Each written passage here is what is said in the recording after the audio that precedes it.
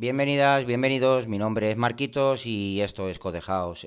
Vamos a empezar la lectura del capítulo 5, formato, y hace referencia un poco a la estética pues eso, un poquito a la estética y cómo organizamos el código en cuanto a dónde ponemos las llaves, cuántos espacios dejamos para esto, para lo otro. Va en ese aspecto, ¿no? Ese es el significado. Vale. Cuando los usuarios miran entre bastidores, queremos que queden impresionados por el atractivo, la coherencia y la atención al detalle que perciben. Queremos que el orden les sorprenda, que abran los ojos con asombro cuando se desplacen por los módulos. Guay, mola. Vale. Queremos que aprecien que se trata de un trabajo de profesionales. Si ven una masa amorfa de código que parece escrito por un grupo de marineros borrachos, es probable que piense que sucederá lo mismo en otros aspectos del proyecto. el- la primera impresión, ¿no? Es la que cuenta. Debe preocuparse por el formato de su código. Debe elegir una serie de reglas sencillas que controlen el formato del código y después aplicarlas de forma coherente. Si trabaja en equipo, debe de acordar una serie de reglas que todos los miembros deben de cumplir. También es muy útil usar una herramienta automatizada que se encargue de aplicar estas reglas. Si es lo suyo, ¿no? Al principio de un proyecto, pues decidir entre todos un poquito, pues oye, vamos a poner aquí la llave, vamos a dejar dos espacios antes del primer método, entre el método y las propiedades, en fin, una serie de reglas que luego, pues oye, hay formateadores que le pasas y te lo hacen. Y ya está, y todos tenemos el mismo estilo de código. Es totalmente crítico y necesario. Perdón. Vale, la función del formato, ¿no? ¿Para qué sirve el poner el código así? Vale. En primer lugar, debe de ser claro. El formato de código es importante, demasiado importante como para ignorarlo y también demasiado importante como para tratarlo de forma religiosa. El formato del código se basa en la comunicación y la comunicación debe ser el principal pilar de un desarrollador profesional. Sí, puede que piense que conseguir que algo funcione es la principal preocupación de un programador profesional. Espero que este libro le haga cambiar de idea. La funcionalidad que cree hoy es muy probable que cambie mañana, pero la legibilidad de su código afectará profundamente a todos los cambios que realice. El estilo del código y su legibilidad establecen los precedentes que afectan a la capacidad de mantenimiento y ampliación mucho después de que su código cambie. Su estilo y su disciplina sobrevivirán aunque el código no lo haga. Veamos qué aspectos del formato nos permiten comunicarnos mejor. Al fin y al cabo, como os he dicho, todo esto trata un poco de facilitar la lectura del código y el formato es importante para ello.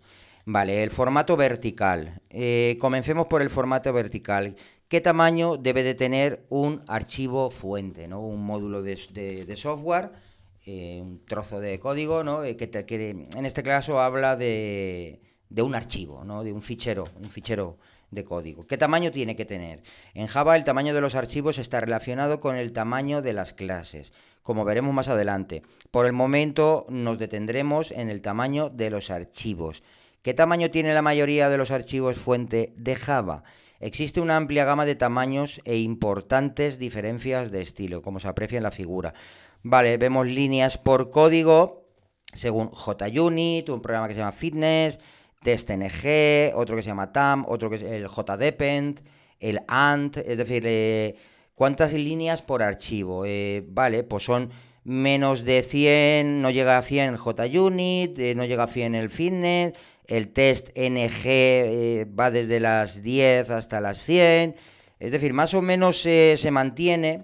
Tomcat ya se le va un poquito más. El ANT se le va un poquito más. En fin. Se describen 7 proyectos: JUnit, FitnessSet, TestNG, Time and Money, JDepend, Ant y Tomcat. Las líneas que cruzan los cuadros muestran la longitud máxima y mínima de cada proyecto. El cuadro muestra aproximadamente un tercio, una desviación estándar de los archivos. Vale. La parte central del cuadro es la media. Exacto, empiezan por unos 100 los proyectos más pequeñitos de media y acaban por unos 500 más o menos los archivos que más. La media está pues en unos 200 o por ahí pone. Más o menos, ¿vale? Mira, el mayor archivo del proyecto tiene unas 400 líneas y el de menor tamaño tiene 6 líneas, una diferencia brutal, ¿no? Es una escala de registro, de modo que la pequeña diferencia de posición vertical supone una gran diferencia en tamaño absoluto. Vale, JUnit, FitnessS y Time and Money tienen archivos relativamente pequeños. Ninguno supera las 500 líneas y la mayoría tienen más o menos unas 200. Tomcat y Ant, por su parte, tienen archivos con varios miles de líneas de longitud y más de la mitad superan las 200. ¿Qué significa todo esto? Aparentemente se pueden crear sistemas como FitnessS que se aproximen a las 50.000 líneas a partir de archivos de unas 200 líneas, con un límite máximo de 500 líneas por archivo, entre 200 y 500, ¿vale? Aunque no debería de ser una regla, es un intervalo aconsejable. Los archivos de pequeño tamaño se entienden mejor que los grandes. Bueno, esto lo hemos visto ya, ¿no? Intentar de cohesionar al máximo cada archivo. A día de hoy estamos en programación objetos, cada fichero es una clase. Por ende, ya sabemos que no puede tener mucho contenido, porque si no, seguramente nos estamos metiendo en que esa clase tenga distintas responsabilidades. Siempre generalizando, ¿vale? La metáfora del periódico. Piense en un artículo de periódico bien escrito. En la parte superior espera un titular que indique de qué se trata la historia y le permite determinar si quiere leerlo o no, el título del artículo. El primer párrafo nos ofrece una hipnosis de la historia, oculta los detalles y muestra conceptos generales. Al avanzar la lectura, aumentan los detalles junto con todas las fechas, nombres, citas y otros elementos. Un archivo de código debe de ser como un artículo de periódico. El nombre debe de ser sencillo pero claro. Por sí mismo debe bastar para indicarnos si estamos o no en el módulo correcto, ¿no? Cuando estamos buscando que estamos en el módulo correcto. Los elementos superiores del archivo deben de proporcionar conceptos y algoritmos de nivel superior. Los detalles deben de aumentar según avanzamos, hasta que en la parte final encontramos las funciones de nivel inferior del archivo. Un periódico se compone de varios artículos, algunos muy reducidos y otros de gran tamaño. No hay mucho que ocupen toda la página con texto para que el periódico sea manejable, artículos más pequeños. Si el periódico fuera un único y extenso texto con una aglomeración desordenada de hechos, fechas y nombres, no lo leeríamos. Imaginamos un periódico que esté todo junto, sin título ni nada. Pues claro que sí, ¿quién lo va a leer, ¿no? Va a ser un poco complicado. Aquí también trata un poquito del tema de, aquí habla de, acordaros de lo que vimos también en episodios anteriores, del rollo de un nivel de abstracción por concepto y la regla descendente, ¿no? El rollo de vamos poniendo en orden conforme se van produciendo las llamadas en un objeto, ¿no? También apunta un poco a eso. Apertura vertical entre conceptos, ¿vale? La ampliación vertical del espacio vertical. La práctica totalidad del código se lee de izquierda a derecha y de arriba a abajo. Cada línea representa una expresión o una cláusula y cada grupo de líneas representa un pensamiento completo. Estos pensamientos deben de separarse mediante líneas en blanco, secciones. Fíjese en el listado, bla, bla. Bueno, hay unas líneas en blanco que separan la declaración del paquete, de las importaciones y de las funciones, ¿no? Es una regla muy sencilla, con un profundo efecto en el diseño visual del código. Cada línea en blanco es una pista visual que identifica un nuevo concepto independiente. Sí, esto se ve mucho, por ejemplo, cuando definimos una clase, empezamos con la definición de variables, ¿no? De las propiedades de instancia, el estado del objeto. Dejamos un espacio, ponemos las constantes, dejamos un espacio, ponemos el constructor. Visualmente esa forma de seccionar con ese espacio en blanco pues nos ayuda a leerlo mejor y a separar pues eso, las distintas partes del fichero. La densidad vertical, ¿vale? Si la apertura separa los conceptos, la densidad vertical implica asociaciones. Por tanto, las líneas de código con una relación directa deben aparecer verticalmente densas, ¿vale? ¿Esto qué significa? Por ejemplo, estamos haciendo un test, ¿no?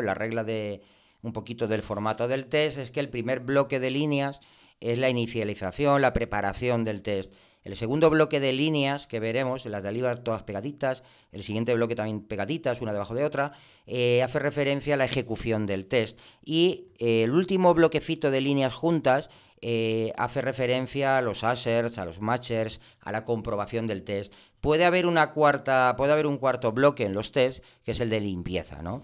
¿Qué pasa? De esta manera agrupamos conceptos, ¿no? Imaginaos en ese ejemplo que os he puesto, que dentro de la inicialización de cosas para el test, viéramos la ejecución de un test o un assert y luego siguiéramos con bloques. Ayuda más tener ese tipo de separaciones, ¿no? Dentro de un método, vamos agrupando dentro de ese método las líneas que tienen relación entre sí. Funciona muy bien, la verdad es que yo lo aplico toda la vida y yo creo que todos lo hacemos, ¿no? Yo creo que es algo que de forma natural lo hacemos. Vale, la distancia, eso hablaba de la densidad vertical y ahora vamos a ver la distancia vertical, ¿vale? ¿Alguna vez ha tenido que recorrer una clase saltando de una función a otra, desplazándose por el código, por el código para intentar adivinar la relación y el funcionamiento de las funciones y acabar totalmente confundido? Pues yo creo que todos y casi todos los días. ¿Alguna vez ha escudriñado la cadena de herencia buscando la definición de una variable o función? Resulta frustrante porque intenta comprender lo que hace el sistema, pero pierde el tiempo y su energía mental en intentar localizar y recordar sus elementos. Lo que hablábamos también, esto ya lo hemos visto, ¿no? El rollo de tener que estar memorizando cosas para luego enterarte de algo, ¿no? Esto pasa mucho a la hora de buscar. Vale, los conceptos relacionados entre sí deben de mantenerse juntos verticalmente. Esta regla no funciona con conceptos de archivos independientes. Estamos hablando dentro del mismo fichero. Es más, me atrevería a decir que en este contexto estamos hablando de una clase. Vale. De hecho, es uno de los motivos, por lo tanto, no debe de separar conceptos relacionados en archivos independientes, a menos que tenga un motivo de peso. De hecho, es uno de los motivos por los que se debe evitar el uso de variables protegidas. Sí, totalmente de acuerdo. Por regla general, todas nuestras variables tienen que ser privadas, incluso para las clases abstractas. Y si la clase hija quiere acceder a alguna propiedad, alguna variable de instancia, algún estado de la clase padre, habría que ver esa justificación y en cualquier caso, pues que lo haga a través de un accesor. Dejar libre el acceso a una variable, aunque sea por parte de una variable hija, puede producir efectos secundarios, como vimos, ¿no? Efectos no deseados o cambios de estado o lógica que no podemos controlar, ¿no? Si desde una clase hija cambiamos la padre, no sé, no está bien, no tenemos que tener acceso a las variables del padre, ¿vale? Lo podemos hacer a través de accesores, no es ningún problema, pero directamente es que rompes un poco también la cohesión de la clase, ¿no? Vale, eso era en cuanto a temas de distancia vertical. La declaración de variables. Las variables deben de declararse de la forma más aproximada a su uso. Como las funciones son muy breves, las variables locales deben de aparecer en la parte superior de cada función. En un mundo ideal, si nuestras funciones son de un tamaño muy reducido, al principio de esa función vamos a ver la definición de las variables. Siempre suele ser así. Las variables de control de bucle deben declararse en la instrucción del bucle, el típico for i igual a 0, ¿no? Inicializamos la variable i a 0 dentro del bucle. Y si la podemos definir incluso dentro, mejor. Vale, como en esta pequeña función, vale, es eso, un for.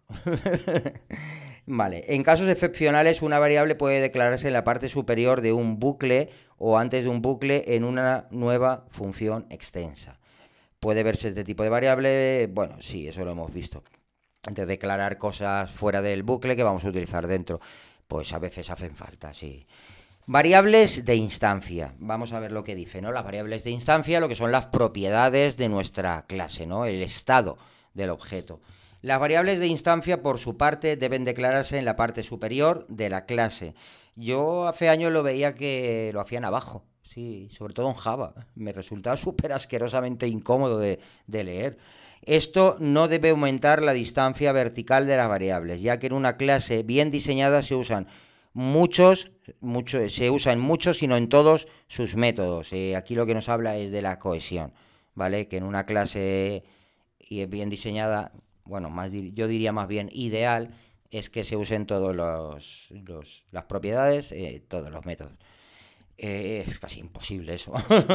Existen discrepancias sobre la ubicación de las variables de instancia. En C++ suelen aplicarse la denominada regla de las tijeras, que sitúa todas las variables de instancia en la parte inferior.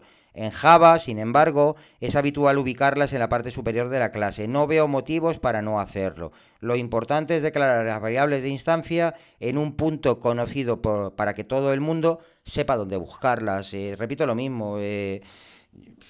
Yo no he hecho C++ o C# ni nada. Yo esto lo he visto en Java también, hace muchos años. No sé, modas que vienen, a lo mejor. En cualquier caso, C++ la suele aplicar abajo, dice. Joder, pues ya os digo, a mí personalmente me resulta súper incómodo, jamás lo haría. Vale, fíjese en el extraño caso de TestSuite de JUnit 431, por si quieren verlo, ¿no? La clase TestSuite. Vamos a la clase TestSuite.java. Ha atenuado considerablemente esta clase para ilustrar este concepto. La ha atenuado, la ha puesto negritas, ¿no? En algunos puntos. Si se fija en la mitad del listado, verá dos variables de instancia declaradas. Resulta complicado ocultarlas en un punto mejor. Cualquiera que lea este código tendría que toparse con las declaraciones por casualidad. Lo que nos está diciendo en este código aparece un método por el medio del código, ¿no? Hay una definición de variables por el medio de los métodos, ¿no? Y nos dice que las ha encontrado por suerte. Y estamos hablando de código seguramente hecho por el señor Ken Beck. No, perdón, Martin Fowler, perdón. El JUnit, ¿no? Para que veáis. Funciones dependientes. Si una función invoca a otra, debe ser verticalmente próximas. Esto ya lo hemos visto, ¿verdad? Y la función de invocación debe estar por encima de la invocación siempre que sea posible. De este modo el programa fluye con normalidad. Esto ya lo hemos visto con el tema de la regla descendente. Tenemos el método renderHTML, de la primera línea llama addThis_sanitize_html. Pues ese método privado lo pondremos justo debajo del público de renderHTML. Así todo lo que refiera a toda la cadena de llamadas, ¿no? del endpoint público, que es renderHTML y tracatrá. Luego tenemos otro caso, ¿no? Para esa clase, ¿no? Otro método público, lo ponemos debajo de las funciones que hemos definido con el primer caso público, y debajo pues todas las private, protected, en fin, todas las que vayan, toda la cadena de llamadas. Yo ya os dije, lo he intentado, pero no sé, a lo mejor no lo estaba haciendo correctamente, o leyéndolo ahora, pues, por no sé cuánta vez, creo que sí, voy a intentarlo otra vez. Creo que puede estar guay, ¿no? Empiezas con un caso, lo terminas, todas las llamadas. Vale, sigamos. Afinidad conceptual. Determinados conceptos de código deben de estar próximos unos a otros. Tienen una afinidad conceptual concreta. Cuanto mayor sea esta afinidad, menor distancia vertical debe existir entre ellos. Lo mismo, los conceptos similares en variables, pues mételos juntitos, ¿no? Como hemos visto, y en métodos también, Como hemos visto, esta afinidad se puede basar en una dependencia directa, como cuando una función invoca a otra o cuando usa una variable. Pero hay otras ocasiones de afinidad. Puede generarse porque un grupo de funciones realice una operación similar. Por ejemplo, aquí hay distintas funciones assert true, assert false, y están una debajo de otra, ¿no? Es otro motivo para ponerlas. El orden vertical. Vale, por lo general las dependencias de invocaciones de funciones debe apuntar hacia abajo, lo que acabamos de decir. Esto genera un agradable flujo en el código fuente de los niveles superiores a los niveles inferiores, la regla descendente. Como sucede en los artículos del periódico, esperamos que los conceptos más importantes aparezcan antes y que se expresen con la menor cantidad de detalles sobrantes, ¿no? El ruido sobra. Esperamos que los detalles de nivel inferior sean los últimos.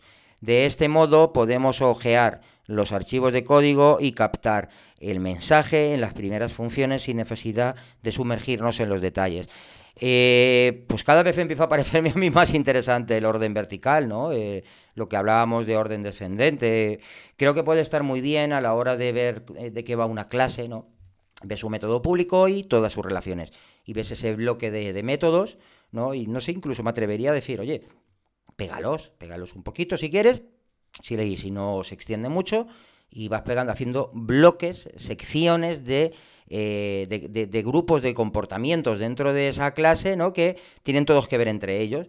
Es guay, ¿no? Es como tener dentro de una clase los casos de uso de esa clase agrupados, ¿no? En secciones, sí. No sé, empieza a gustarme mucho. Tengo que practicar eso. El formato horizontal, vale, vamos bien, aún nos quedan 10 minutitos. Este capítulo, bueno, como casi todos los de este libro, es un poquito denso. No me quiero parar mucho más en esto, con lo cual voy a darle un poquito de ligereza, ¿vale? Vale, formato horizontal. ¿Qué ancho debe de tener una línea? Para responderse, fíjese en las anchuras de un programa convencional. En fin, va desde 0 o 1 hasta 150 de ancho. Vale. De hecho, los tamaños entre 20 y 60 representan solo el 1% del total de las líneas. Esto es un 40%.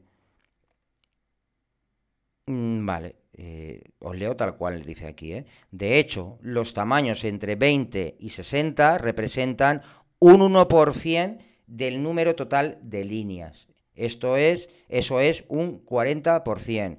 Puede que otro 30% sea menos de 10 caracteres de ancho, ¿vale? Tenemos un 40% del código que suele estar entre 20 y 60 líneas, un 30% del código que suele estar sobre unos 10 caracteres de ancho, ¿no? Y nos faltaría ese otro 30%, ¿no? Recuerde que en una escala de registro, de modo que la apariencia lineal es muy significativa. Recuerde que es una escala de registro, perdón, de modo que la apariencia lineal es muy significativa. Es evidente que los programadores prefieren líneas menos anchas. Vale, esto habla un poquito de el ancho de las líneas.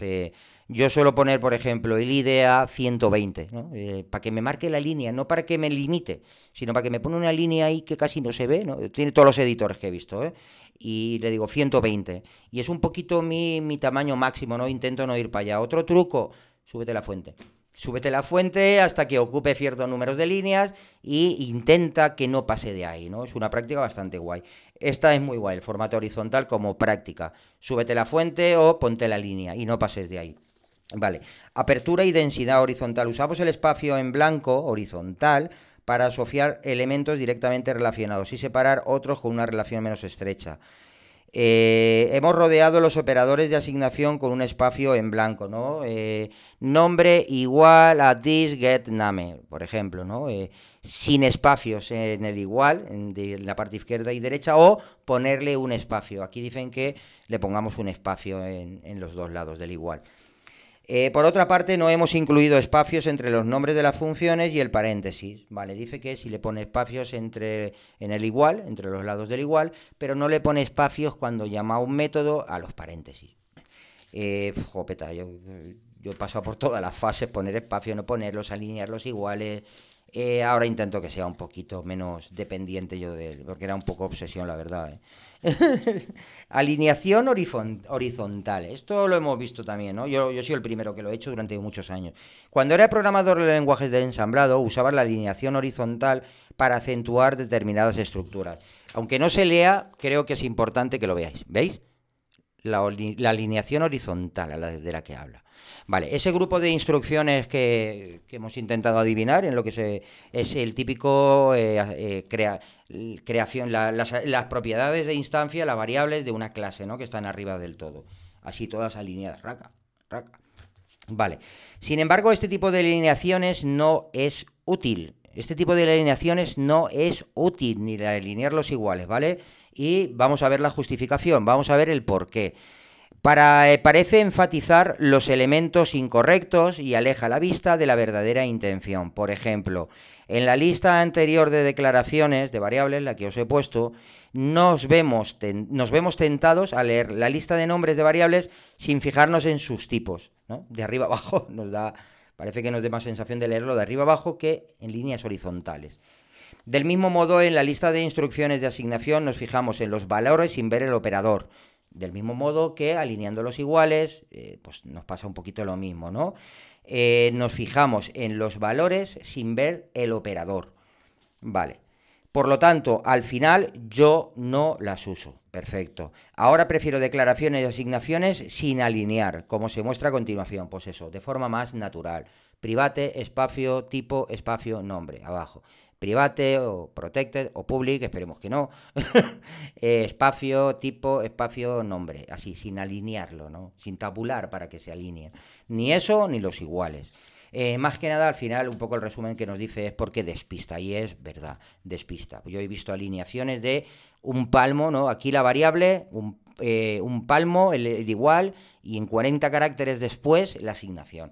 Tengo que hacer así, ¿no? Parece un partido de tenis para ir leyéndolo. Te despista, ¿no? Te tiende cerebralmente, según nos indica, a leerlo de forma vertical, no es fácil de seguir, no aporta valor, aporta estética, pero no aporta valor. Hay que tener cuidado con eso, ¿no? De balancear la estética al valor. Siempre es mejor que tenga valor, ¿no? Pero se puede mantener una buena estética, no es ningún problema.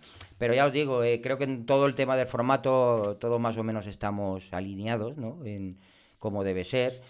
Se ponen las llaves a la derecha. Yo personalmente prefiero ponerla abajo por darle un poco más de aire al código y poderlo leer mejor. Pero bueno, te acostumbras muy fácilmente a cualquier tipo de estilo, la verdad. Pero hay cosas a las que no terminas de acostumbrarte. Yo dejé de usar las alineaciones y soy más feliz desde entonces, la verdad.